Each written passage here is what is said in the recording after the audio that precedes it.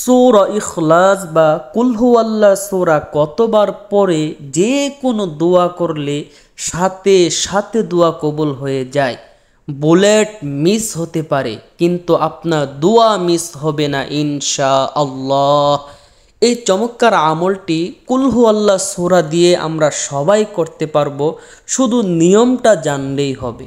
তো আজকের ভিডিওতে এই চমৎকার আমলটি সম্পূর্ণ নিয়ম জানাবো, আমলটি কখন করবেন সব কিছু জানাবো। অনুরোধ করব ভিডিওটি খুবই ছোট হবে, না টেনে শেষ পর্যন্ত দেখবেন। সম্মানিত দিনী ভাই বোন, আপনি যদি আমাদের এই চ্যানেলে নতুন এসে থাকেন, চ্যানেলটা এখনই সাবস্ক্রাইব করে রাখুন, যাতে এমন সুন্দর সুন্দর নতুন ভিডিওগুলো সবার আগে আপনার কাছে পৌঁছে যায়।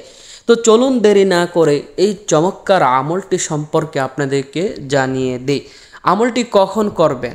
আমলটি আপনাকে করতে হবে ফজর নামাজের পরে, কারণ ওই সময়টা অনেক বরকতি একটি সময়। হাদিস শরীফের মধ্যে আসছে, আল্লাহ রাসূল সাল্লাল্লাহু আলাইহি ওয়াসাল্লাম এই সময়টার জন্য আল্লাহর কাছে দোয়া করেছেন, বলেছেন, হে আল্লাহ, আমার উম্মতের জন্য ফজর নামাজের পরে যে সময়, ওই সময়টাতে তুমি বরকত দাও, সাকিনা দাও, রহমত দাও। সুবহানাল্লাহ। তা আল্লাহ রসুল যে সময়টার জন্য বরকতে দোয়া করেছেন, ওই বরকতির সময়ে বরকতি আমলটি আপনাকে করতে হবে। আমলটি কিভাবে করবেন? আমলটি করার জন্য ফজর নামাজ পড়ে কারোর সাথে কোনো কথা বলবেন না বা কোনো কাজে হাত দিবেন না। নামাজ শেষ করে জায়গায় বসে আমলটি শুরু করে দিবেন। প্রথমে জীবনে সমস্ত গুনাহের কথা স্মরণ করে 3 বার এই ইস্তেগফার পড়বেন, যেমন আস্তাগফিরুল্লাহ রাব্বি মিন কুল্লি যামবি ওয়া আতুবু ইলাইহি, আস্তাগফিরুল্লাহ রাব্বি মিন কুল্লি যামবি ওয়া আতুবু ইলাইহি, আস্তাগফিরুল্লাহ রাব্বি মিন কুল্লি যামবি ওয়া আতুবু ইলাইহি। 3 বার ইস্তেগফার পরে আমলের মধ্যে যেন আল্লাহ বরকত দান করে, এই দুরূদ শরীফ 3 বার পড়তে হবে। আল্লাহুম্মা সাল্লি আলা মুহাম্মাদিন ওয়া আলা আলি মুহাম্মাদ কামা সাল্লাইতা আলা ইব্রাহিম ওয়া আলা আলি ইব্রাহিম ইন্নাকা হামিদুম মাজিদ।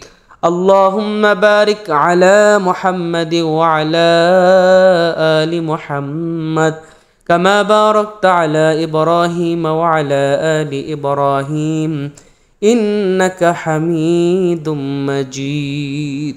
এই দুরূদ শরীফ 3 বার পড়া হয়ে গেলে এবার আপনাকে এই নিয়মে সূরা ইখলাস পড়তে হবে। কোন নিয়মে পড়বেন আমি পরে দেখিয়ে দিচ্ছি। أعوذ بالله من الشيطان الرجيم بسم الله الرحمن الرحيم قل هو الله أحد الله الصمد لم يلد ولم يولد ولم يكن له كفوا أحد।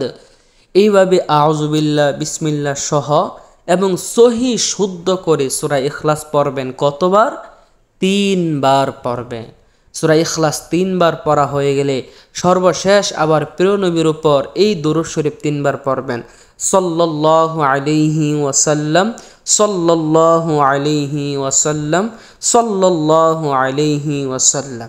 এই দুরূদ শরীফ 3 বার পরে এবার আপনাকে কি করতে হবে? সম্মানিত দিনী ভাই বোন, আপনি 3 বার সূরা ইখলাস পড়লেন মানে হাদিস শরীফে আল্লাহ রাসূল বলেছেন, যে ব্যক্তি 3 বার সূরা ইখলাস পাঠ করে সে যেন পুরা 30 পারা কোরআন খতম করলো এবং 1 খতম কোরআনের সওয়াব সে পেয়ে যাবে। সুবহানাল্লাহ। তো 3 বার সূরা ইখলাস পাঠ করার দ্বারা একটা খতম হয়, আর খতমের পরে যে কোনো দোয়া হয় আল্লাহ তাআলা সেই দোয়া ফিরিয়ে দেয় না। এখন আপনার কাজ হলো, আপনার কি দরকার?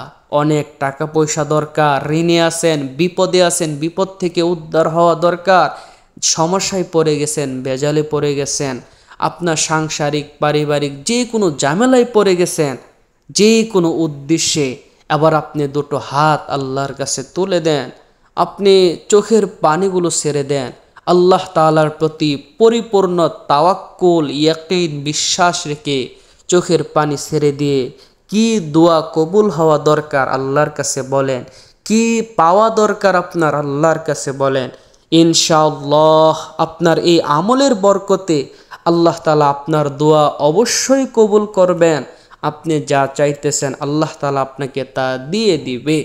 তো যারা আমলটি করবেন আল্লাহ তাআলা সবার আমলটি কবুল করে নিক। কমেন্টে সবাই অবশ্যই আমিন লিখবেন, ভিডিওটিতে অবশ্যই একটা লাইক করবেন। আপনাদের মনে যদি কোনো উদ্দেশ্য থাকে সেটাও কমেন্টে জানাবেন। আমি বিশেষভাবে দোয়া করব যেন আপনাদের উদ্দেশ্য আল্লাহ পূরণ করে দেয়। যারা চ্যানেলটি সাবস্ক্রাইব করেননি এখনই সাবস্ক্রাইব করে রাখুন, যাতে এমন সুন্দর সুন্দর আমলের ভিডিওগুলো প্রতিদিন সবার আগে আপনার কাছে পৌঁছে যায়। আর অনুরোধ করব ভিডিওটা একটা শেয়ার করে দিবেন। আপনার একটা শেয়ারে অসংখ্য মানুষ এই আমলের কথাটা জেনে উপকৃত হবে। আল্লাহ তাআলা আপনাকে অসংখ্য সওয়াব দান করবে।